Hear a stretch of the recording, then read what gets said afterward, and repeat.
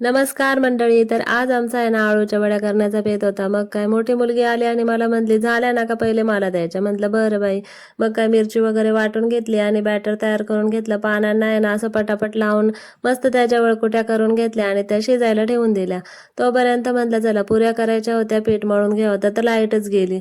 तर इकडे वड्या तर शिजल्या होत्या, म्हटलं त्या गार करायला ठेवून दिल्या. आणि आहे ना ही पुरी करण्याची आहे ना एकदम सोपी टेक्निक आहे. एखादी स्वच्छ पिशवी घ्यायची, त्याला आहे ना असं कट करून घ्यायचं आणि मधोमध तेल लावून आहे ना असं पीठ ठेवायचं आणि वरण तांब्याने आहे ना असं गोल गोल गोल गोल फिरवून आहे ना मस्त अशा पुऱ्या आहे ना त्या करून घ्यायच्या. खूप सोपी पद्धत आहे. तुम्हाला कशी वाटली ही पद्धत नक्की सांगा कमेंटमध्ये. आणि आहे ना मस्त अशा गोल गरगरीत होतात आणि फुगतात पण आहे ना, खूप छान अशा मस्त फुगतात. आणि बाकीच्या पुऱ्या तर आहे ना मला माझ्या मोठ्या मुलीनेच करून दिल्या. तिला तर खूप आवडली ही टेक्निक आणि तिने पटापट करून दिला. इकडे आपल्या वळकुट्या पण शिजलेल्या आहेत आळूच्या. तर मग काय कापून अशा मस्त तळून घेतल्या आणि मस्त अशा वड्या आपल्या तयार झालेल्या आहेत. आता म्हटलं चला देवाला नैवेद्यही दाखवून झाला आणि आजच्या जेवणाचा आहे ना असा काय मेनू होता. चला तर मग भेटूया नेक्स्ट ब्लॉगमध्ये. बाय.